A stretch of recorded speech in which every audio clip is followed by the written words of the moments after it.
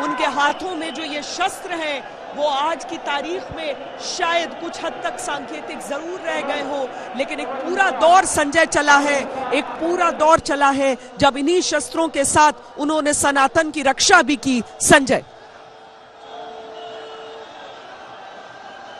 जी हाँ, बिल्कुल। ऐसे इतिहास में अनेक पन्ने मौजूद हैं, अनेक घटनाएं और अनेक ऐसे हवाला मौजूद हैं जिसमें यह पता चलता है कि जब सनातन पर संकट आया तो इन सनातन के इन सैनिकों ने अपनी जान की बाजी लगाई और दुश्मन के छक्के छुड़ा दिए, दांत खट्टे कर दिए। और एक समय तो ऐसा ही था, ये देखिए अपने गतका प्रदर्शन का गतका की साधना का प्रदर्शन कर रहा है एक नागा सन्यासी, जिसमें एक रथ के आगे आगे उन्होंने अपनी कला का प्रदर्शन किया हुआ है।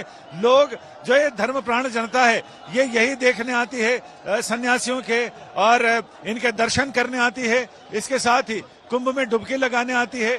जो मैं कह रहा था कि ये शस्त्र प्रदर्शन का, तो इनकी ट्रेनिंग भी यही होती है।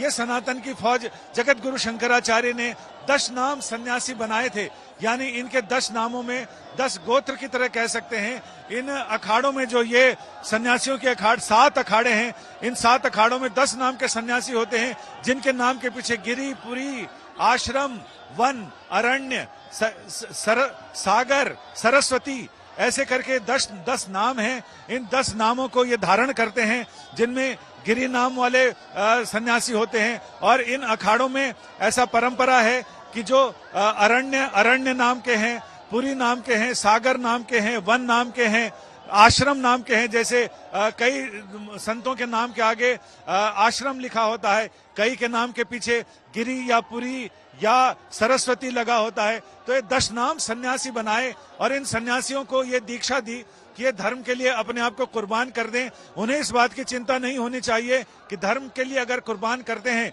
तो उनके पीछे उनका नाम लेवा, उनका श्राद्ध, मुक्ति मोक्ष का उत्तरदायी कौन होगा। लिहाजा भारतीय सन्यास के पहले ये परंपरा है जिसमें सभी सन्यासी सन्यास लेने से पहले अपना श्राद्ध, अपना तर्पण, अपना पिंडदान स्वयं करते हैं और अपने पुरखों का तो करते ही हैं, ताकि पुत्र ऋण से उनको मुक्ति मिले, पितृ ऋण से मुक्ति मिले, और साथ ही अपने आप को अपने आप से निश्चिंत होने के लिए, अपने आप से भी यानी शरीर से अपना मोह त्यागने के लिए अपना भी पिंडदान करते हैं। अपने पिंडदान के बाद फिर ये बिरजा होम करते हैं और उस बिरजा होम के साथ ही इन्हें सन्यास की और नागा सन्यासी होने की दीक्षा दी जाती है। हर एक सन्यासी नागा नहीं होता, लेकिन हर एक नागा सन्यासी होता है। तो ऐसे में नागा सन्यासी अपने आप को सनातन धर्म पर न्यौछावर करने के लिए तैयार रहते हैं। इन्होंने मुगलों से या विदेशी आक्रांताओं, आतताइयों से, घुसपैठियों से लोहा लिया, न केवल लोहा लिया बल्कि उनको छठी का दूध याद दिलाया।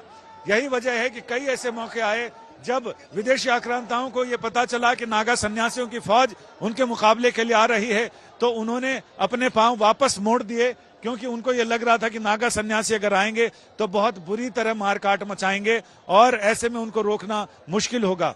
तो ये नागा सन्यासियों का समुद्र जब लहराता है, इनके शक्ति, शौर्य और पराक्रम का समुद्र लहराता है, इनके ज्ञान, वैराग्य और त्याग का समुद्र जब लहराता है, तो उस समय पता चलता है कि भारतीय आध्यात्म, भारतीय मनीषा, भारतीय वांग्मय, भारतीय संस्कृति और भारतीय सुकृति क्या क्या है। इन तमाम चीजों पर यह रोशनी पड़ती है। सनातन के ध्वजवाहक हैं, लेकिन हमने कई ऐसे सन्यासियों से पूछा कि आज के जमाने में इनकी अहमियत क्या है, तो उनका कहना था समाज सेवा के लिए जो सन्यासी अखाड़े, जो शिक्षा के लिए, नए बच्चों की शिक्षा के लिए, धर्म पर शोध करने के लिए, आध्यात्म पर शोध करने के लिए और साथ ही सनातन धर्म का प्रचार करने के लिए सबसे आवश्यक है कि नई पीढ़ी को सनातन धर्म के बारे में कौन बताएगा, कैसे बताएगा, इसका एक सिस्टम तैयार करने के लिए, ताकि आने वाली पीढ़ियों के सामने सनातन धर्म की आत्मा क्या है, सनातन धर्म का दर्शन क्या है, ये बताने के लिए लोग रहें। तो अब ये सन्यासी इस भूमिका में रहते हैं, क्योंकि युद्धों की भूमिका तो अब लगभग समाप्त प्राय हो गई है। अब तो यह है कि सनातन धर्म के अस्तित्व की रक्षा के लिए विदेशों में या देशों में अंदरूनी शक्तियां जो इसके खिलाफ युद्ध कर रही हैं, उनका जवाब देने के लिए ये सनातन के सन्यासी अपने आप को कुर्बान करने के लिए, बलिदान करने के लिए तैयार रहते हैं। ये देखिए, ये महामंडलेश्वरों के रथों पर भी सवार हैं नागा सन्यासी और अपनी शस्त्र कला का प्रदर्शन कर रहे हैं और ये बता रहे हैं कि कैसे सनातन धर्म की रक्षा के लिए उन्होंने अपने आप तक को, यानी जैसे कफन सर पर बांधकर कोई आदमी निकल जाए, कुछ उसी तरह से ये सन्यासी भी अपने आत्म बलिदान, सर्वोच्च बलिदान, कुछ जैसे सैनिक होते हैं वो देश के लिए सर्वोच्च बलिदान करते हैं।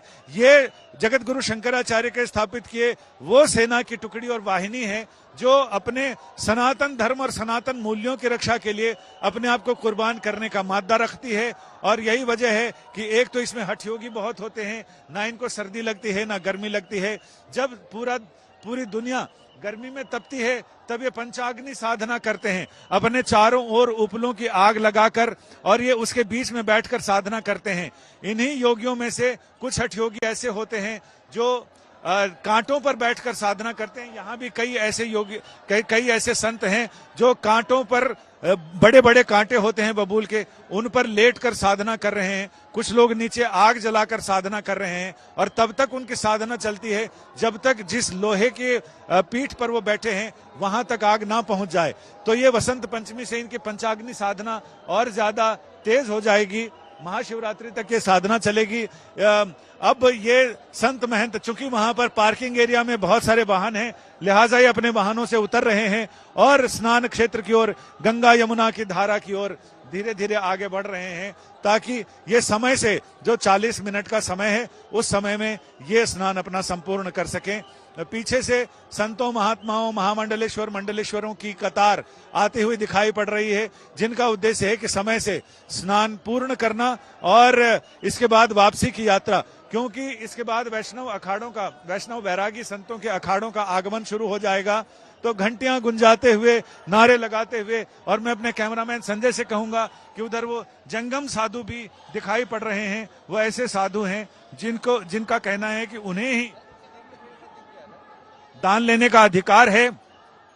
उनके सिर पर मोरपंखी है, हाथों में टल्ली है यानी घंटी बजाने की, और उनके सिर पर शेषनाग है, कानों में कुंडल है। इनका कहना है कि कई देवताओं ने, जब भगवान शिव पार्वती का विवाह हुआ तो दक्षिणा लेने के लिए, दान लेने के लिए, कन्यादान के बाद वो कोई भी वहां पर तैयार नहीं हुआ। भगवान शिव ने अपने जांग से इनकी उत्पत्ति की, इसलिए जंगम साधु हैं और इनको स्वरूप दिया गया। इन्होंने जब जंगम की उत्पत्ति हुई तो उन्होंने कहा कि मुझ पर लोग विश्वास कैसे करेंगे कि हम आपके पुत्र हैं, आपने हमें उत्पन्न किया है।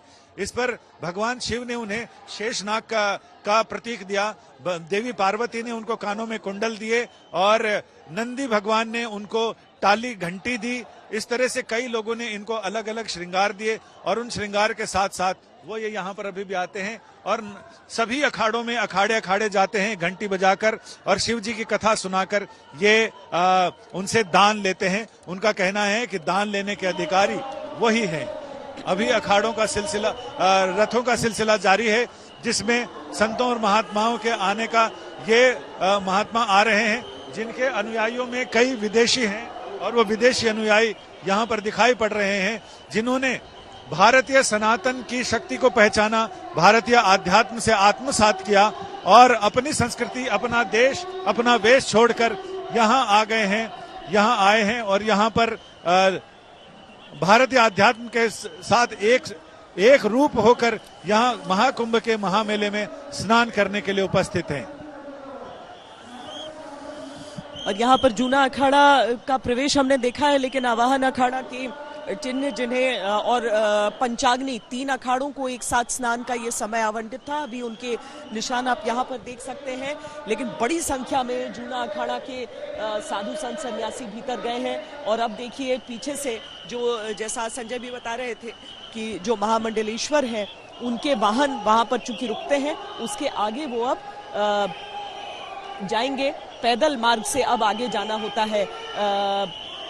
आचार्य महामंडलेश्वर अवधेशानंद जी भी जूना अखाड़े से जुड़े और उनका देखिए यहाँ पर जो अलग अलग आप छतरियों के साथ आगे महामंडलेश्वरों को प्रवेश करते हुए देख रहे हैं, इसमें ये उसी का क्रम है।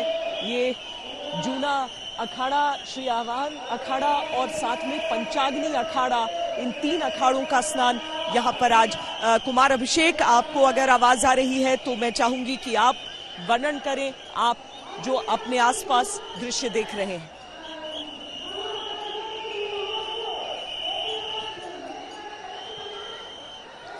श्वेता, देखिए हम भी इन्हीं अखाड़ों के आसपास मौजूद हैं और ये आपको जो तस्वीरें दिख रही हैं, दरअसल जिसकी चर्चा आप कर रही थी, जूना अखाड़े और जूना अखाड़े से जुड़े हुए जो तमाम महामंडलेश्वर, मंडलेश्वर और जो संत हैं वो एक एक करके अब क्रॉस कर रहे हैं। इस वक्त जो भीड़ की स्थिति है उसका अंदाजा लगाना बहुत मुश्किल है, क्योंकि ये संगम नोज है जहां पर इस वक्त जो अखाड़े हैं वो स्नान कर रहे हैं और उतनी ही बड़ी तादाद, कई गुना ज्यादा तादाद उन लोगों की है जो इन अखाड़ों को देखने के लिए उत्सुकता व कौतूहलवश यहाँ पहुंचे हुए हैं।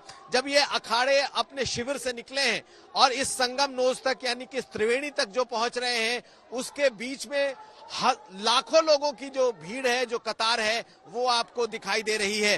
दरअसल स्नान करने के साथ साथ लोगों के लिए सबसे बड़ा जो कौतूहल का विषय है वो ये अखाड़े हैं। अभी कुछ देर पहले जो जूना अखाड़े के नागाओं ने जिस तरीके का प्रवेश किया है वो अपने आप में अद्भुत था, क्योंकि सबसे बड़ा जो अखाड़ा माना जाता है वो नागा अखाड़ा ही माना जाता है और नागा अखाड़े से सबसे ज्यादा